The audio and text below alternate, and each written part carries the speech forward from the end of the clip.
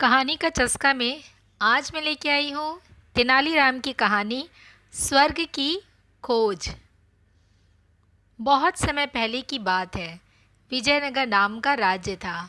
वहाँ के राजा थे कृष्णदेव राय।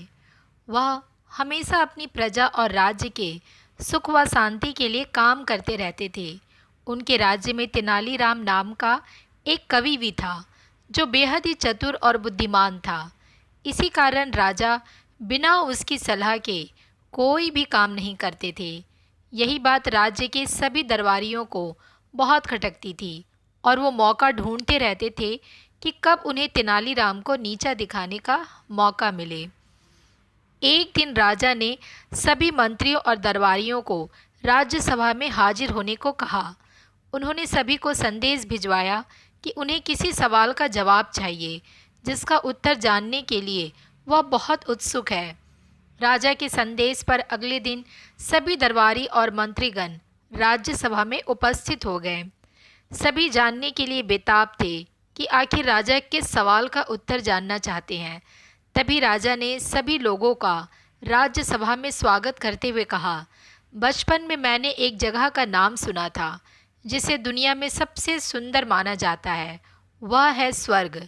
मैं उस जगह को देखना चाहता हूँ। क्या आप में कोई जानता है कि स्वर्ग कहाँ है? राजा की यह बात सुनकर सभी हैरान थे और आपस में बात करने लगे कि राजा को कैसे बताएं कि स्वर्ग नाम की कोई जगह ही नहीं है। ऐसे में सभी ने तेनालीराम को नीचा दिखाने के लिए आगे किया और कहा, महाराज, तेनाली ही है जिसे स्वर्ग का मार्ग पता हो सकता है। आप उसी से पूछिए। सभी के मुंह से एक ही जवाब सुनते ही राजा ने तेनाली से पूछा, क्यों तेनालीराम, तुम जानते हो स्वर्ग कहाँ है?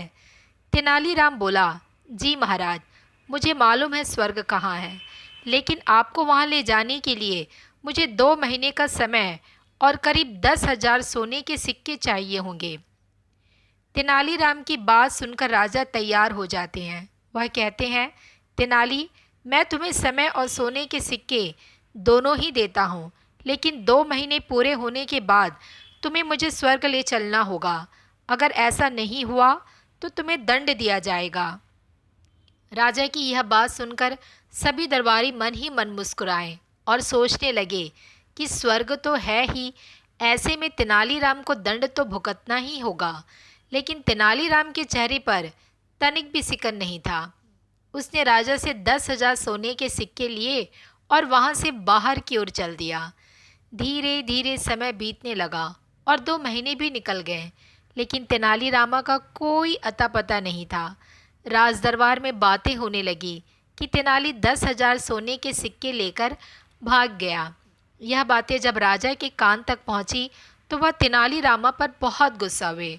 उन्होंने अपने सिपाहियों को आदेश दिया कि वो किसी भी हाल में तेनाली को ढूंढ कर लाएं।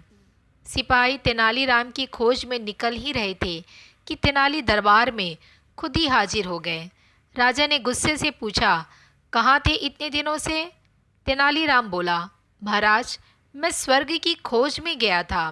राजा ने कहा, मिला स्वर्ग? तेनाली बोला, जी महाराज, मुझे मिल गया स्वर्ग। मैं कल आपको वहाँ ले चलूँगा। तेनाली की यह बात सुनकर राजा का क्रोध शांत हुआ। अगले दिन राजा सभी दरबारियों के साथ तेनाली को लेकर स्वर्ग देखने के लिए निकल पड़े। तेनालीराम उन्हें दूर जंगलों के बीच ले गया और वहाँ कुछ समय आराम के बाद आगे की यात्रा करने की बात कही। चलते चलते सभी पूरी तरह थक चुके थे, इसलिए राजा के साथ साथ सभी ने तेनाली की यह सलाह मान ली। वह जंगल बहुत ही सुंदर और मनमोहक था। ठंडी ठंडी हवा चल रही थी। चारों ओर हरे भरे पेड़ थे जिन पर रंग बिरंगे फूल और फल लदे हुए थे। राजा ने कुछ देर वहाँ विश्राम किया और अनुभव किया कि जिस तरह के वातावरण की कामना वह स्वर्ग के लिए कर रहे थे, वही माहौल इस जंगल में उन्हें महसूस हो रहा था। लेकिन एक मंत्री ने राजा को स्वर्ग जाने की बात याद दिलाई। स्वर्ग जाने की बात याद आते ही राजा ने तेनालीराम से चलने को कहा। तेनाली ने कहा, महाराज, मैं आगे चलने से पूर्व आपसे कुछ कहना चाहता हूँ। राजा बोले, कहो तेनाली, क्या कहना चाहते हो? तेनाली ने कहा, महाराज, यह जगह आपको बिल्कुल वैसी ही नहीं लग रहा है जैसा आप स्वर्ग के बारे में अनुभव कर रहे थे।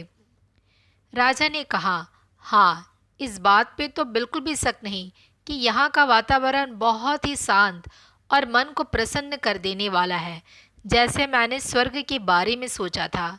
राजा की यह बात सुनते ही तेनाली बोला कि महाराज, जब ईश्वर ने धरती पर स्वर्ग जैसा अनुभव कराने वाली जगह बनाई है, तो उस स्वर्ग की क्या कामना करना, जिसका वाकई में कोई अस्तित्व ही नहीं है।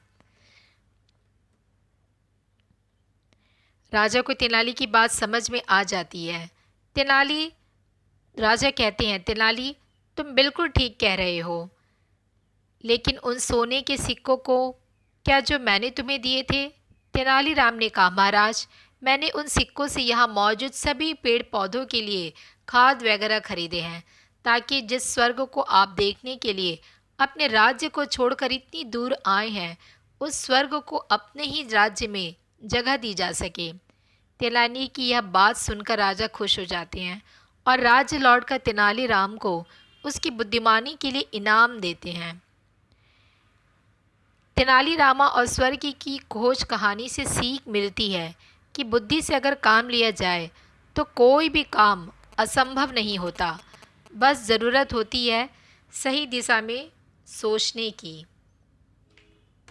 फिर मिलूंगी आपसे एक नई कहानी के साथ। तब तक के लिए अपना ख्याल रखें और इस चैनल को सब्सक्राइब करना ना भूलें। अपना मैसेज ज़रूर लिखें। फिर मिलेंगे, तब तक के लिए बाय बाय।